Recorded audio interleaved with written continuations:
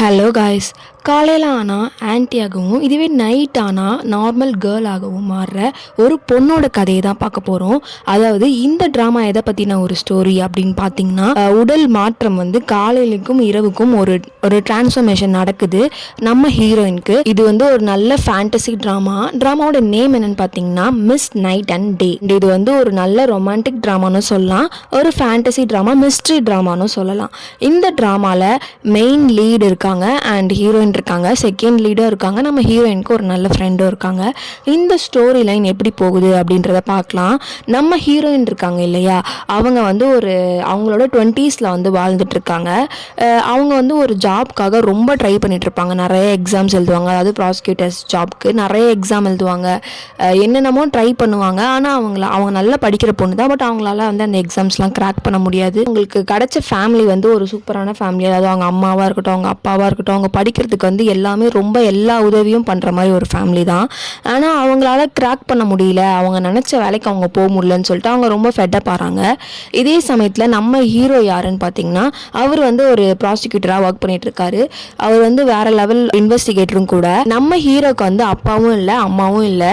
அதாவது அவங்களோட சின்ன வயசாக இருக்கும் போது அவங்க அம்மா வந்து இறந்துட்டாங்க அப்படின்னு எல்லாருமே சொல்லுவாங்க. ஆனால் இவர் வந்து அந்த விஷயத்த வந்து நம்ப மாட்டார். இறந்தா கூட அவங்க எதுக்காக இறந்தாங்க அப்படின்றத கண்டுபிடிக்கணும் அப்படின்றது வந்து இவரோட நோக்கமாக இருந்துட்டு இருக்கு. இது வரைக்கும் அவங்க அம்மா எப்படி இறந்தாங்க அப்படின்றதே வந்து அவர் நிறைய சர்ச் பண்ணி பார்த்துட்டு இருப்பாரு. அதை வந்து கண்டுபிடிச்சு ஆகணும் அப்படின்றதுக்காக நிறைய இன்வெஸ்டிகேஷன்லாம் அவர் வந்து பண்ணிட்டு இருப்பாரு. நம்ம வந்து ஹீரோயின் பக்கம் போவோம்.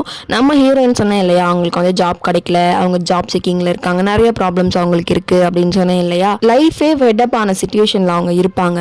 அப்போ என்ன ஆகும்னா, அவங்களுக்கு வந்து ஒரு ப்ராப்ளம் ஆகிடும். அதாவது அவங்களுக்கு வந்து வேலை தரேன்னு சொல்லிட்டு ஒருத்தவங்க வந்து ஏமாத்திடுவாங்க. அதை வந்து நம்ம ஹீரோ தான் ஹெல்ப் பண்ணி அவங்கள வந்து காப்பாற்றுவாங்க அதிலிருந்து.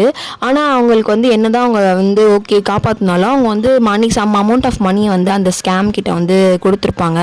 அண்ட் அது வந்து திருப்பி வராது அப்படின்ற மாதிரி வர ரொம்ப கஷ்டம் அப்படின்ற மாதிரி நிறைய ப்ரொசீஜர்ஸ், நிறைய ஃபார்மாலிட்டிஸ்லாம் போயிட்டு இருந்திருக்கும். இவங்க வந்து அதில் அந்த ஒரு ஃபெட்டப் ஆன ஒரு இதுலேயே வருவாங்க, வீட்டுக்கு வருவாங்க. என்னடா இது இப்படி ஆயிடுச்சு, அவங்க அம்மா அப்பா பார்க்கும்போது அவங்களுக்கு வந்து என்னடா இது இவங்க இப்படி இருக்காங்க, நமக்கு ஒரு நல்ல வேலை கூட கிடைக்க மாட்டேங்குது, நம்ம ஆசைப்பட்டதை நம்மளால பண்ண முடியலையே அப்படின்றது வந்து நம்ம ஹீரோயினுக்கு வந்து தோணிக்கிட்டே இருக்கும். ஸோ என்ன பண்ணிட்டாங்கன்னா, வீட்டு வந்ததுக்கப்புறம் அவங்க வந்து சரக்கு அடிக்க ஆரம்பிச்சிட்டாங்க. அவங்க அம்மா அப்பாலாம் வீட்டில் இருப்பாங்க, இவங்க வெளியே இருந்து நல்லா வந்து சரக்கு அடிச்சிட்டு இருப்பாங்க. அவங்களுக்கு வந்து இருக்கிற கஷ்டத்தெல்லாம் புலம்பிட்டு இருப்பாங்க. அப்படி புலம்பிக்கிட்டே இருக்கும் போது என்ன ஆகும்னு பார்த்தீங்கன்னா, அவங்களுக்கு நேராக வந்து ஒரு பூனைக்குட்டி இருக்கும்.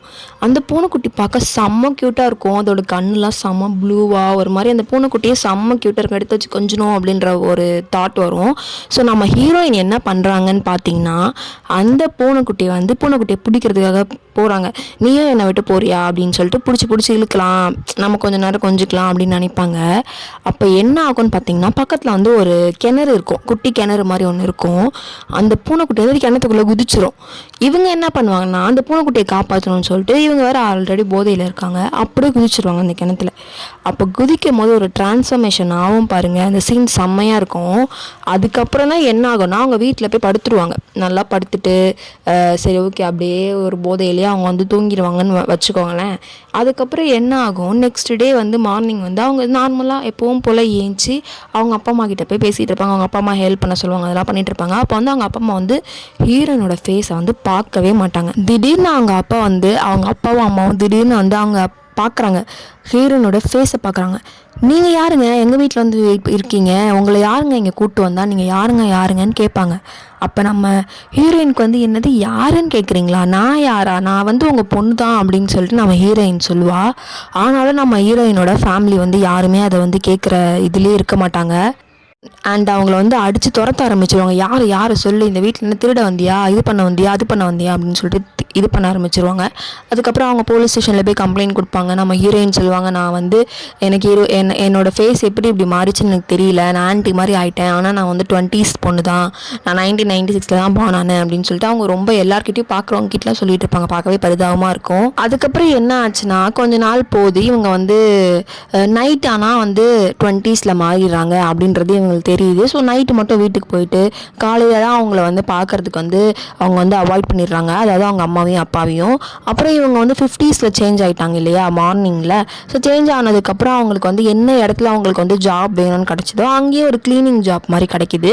சரி ஓகே, நமக்கு இங்கே தான் ஜாப் வேணும்னு இருந்துச்சு, இங்கேயே நமக்கு இந்த 50s இருக்கிறதுனால இந்த வேலை கிடச்சிருக்கு, நம்ம இதையே பார்ப்போம் அப்படின்னு சொல்லிட்டு அவங்க வந்து பார்ப்பாங்க. அவங்க வந்து அசிஸ்டண்ட்டாக, நம்ம ஹீரோக்கு அசிஸ்டண்ட்டாக நிறையா ஒர்க் பண்ணிகிட்ருப்பாங்க. சரி ஓகே, நமக்கு நினச்சபடி இங்கேயே கிடச்சிருச்சு. ஆனால் அவங்களோட 50s இருக்கிறதுனால தான் அவங்க வந்து அந்த இடத்துல ஒர்க் பண்ணிகிட்ருக்கு. நம்ம ஹீரோக்கு வந்து டிஃப்ரெண்ட் பர்சனாலிட்டிஸாக நம்ம ஹீரோயினுக்கு தெரியும். அதாவது நம்ம ஹீரோயின் 20s இருக்கும் போதும் நம்ம ஹீரோக்கு வந்து பேசுவாங்க, அதே மாதிரி 50s இருக்க பொண்ணுக்கிட்டையும் பேசுகிறாங்க. லைக் டிஃப்ரெண்ட் நேம் நம்ம ஹீரோயின் வச்சுப்பாங்க. அதாவது அவங்களோட 50s இருக்கும்போது அவங்க என்ன நேம் வச்சுப்பாங்கன்னா ஹிம்சன் அப்படின்னு அவங்களோட ஆன்ட்டியோட நேம் இருக்கும், அந்த நேம் வச்சுப்பாங்க. ஹீரோயினோட நேம் என்னென்னு பார்த்தீங்கன்னா லீ மீஜின். ஸோ வந்து நம்ம ஹீரோக்கு வந்து டிஃப்ரெண்ட் பர்சனாலிட்டிஸாக தெரியும். இதில் வந்து ஒரு செகண்ட் லீடர் இருக்கார், அவர் வந்து ஒரு செலிபிரிட்டி.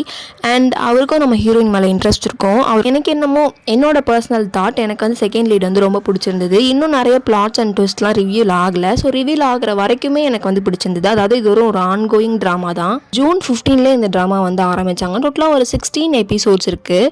ஒவ்வொரு வீக்கும் நான் வெயிட் பண்ணி தான் இந்த எபிசோட்ஸ்லாம் பார்த்துட்ருக்கேன். ஃபஸ்ட்டு ஸ்டார்ட் பண்ணும்போது ஓகேவா இருக்கும்னு நினைக்கிறேன் அப்படின்னு சொல்லி நான் பார்க்க ஸ்டார்ட் பண்ணேன். இப்போ வந்து நான் ஒவ்வொரு வீக்கும் வெயிட் பண்ணுறேன், அடுத்து என்ன நடக்கும் அப்படின்ட்டு. ஒரு இன்ட்ரெஸ்டிங்கான பிளாட்ஸ் கொண்ட ட்ராமாவாக இந்த ட்ராமா இருந்துட்டு இருக்கு. இதெல்லாம் பாசிபிளா, இப்படிலாம் சேஞ்ச் ஆக முடியுமா அப்படின்னு நம்ம வந்து யோசிச்சாலுமே லைக் இது வந்து ஒரு ஃபேண்டசியான ட்ராமாவாக நம்ம வந்து பார்க்கும்போது ஓகே இது ஒரு ஃபேண்டசி அப்படின்ட்டு பார்க்குறதுக்கு ரொம்ப சூப்பராக இருக்குது. நம்ம ஹீரோக்கு வந்து ஹீரோயின் இப்படி சேஞ்ச் ஆகுறாங்கன்னு தெரிய வந்தால் என்ன பண்ணுவாங்க அப்படின்றத வந்து இந்த ட்ராமாவில் வந்து ஒரு பிளாட் ட்விஸ்டாகவே அழகாக கொண்டு போயிருக்காங்க. இந்த ஒரு கான்செப்டே ஒரு மாதிரி டிஃப்ரெண்ட்டாக இருக்குது, ஒரு மாதிரி காமெடியாகவும் இருக்குது. அண்ட் நிறைய வந்து காமெடி சீன்ஸ்லாம் இதில் வந்து அவைலபிளாக இருக்குது. இந்த ட்ராமாவை நீங்கள் இன்னும் பார்க்காம இருந்தீங்கன்னா கண்டிப்பாக மிஸ் பண்ணாமல் இந்த ட்ராமாவை பாருங்கள். அண்ட் இந்த மாதிரி நிறைய ரிவ்யூஸ்லாம் தெரிஞ்சுக்கிறதுக்கு இந்த சேனலை வந்து சப்ஸ்கிரைப் பண்ணி வச்சுக்கோங்க. And until then it's bye from Shivu. Bye bye.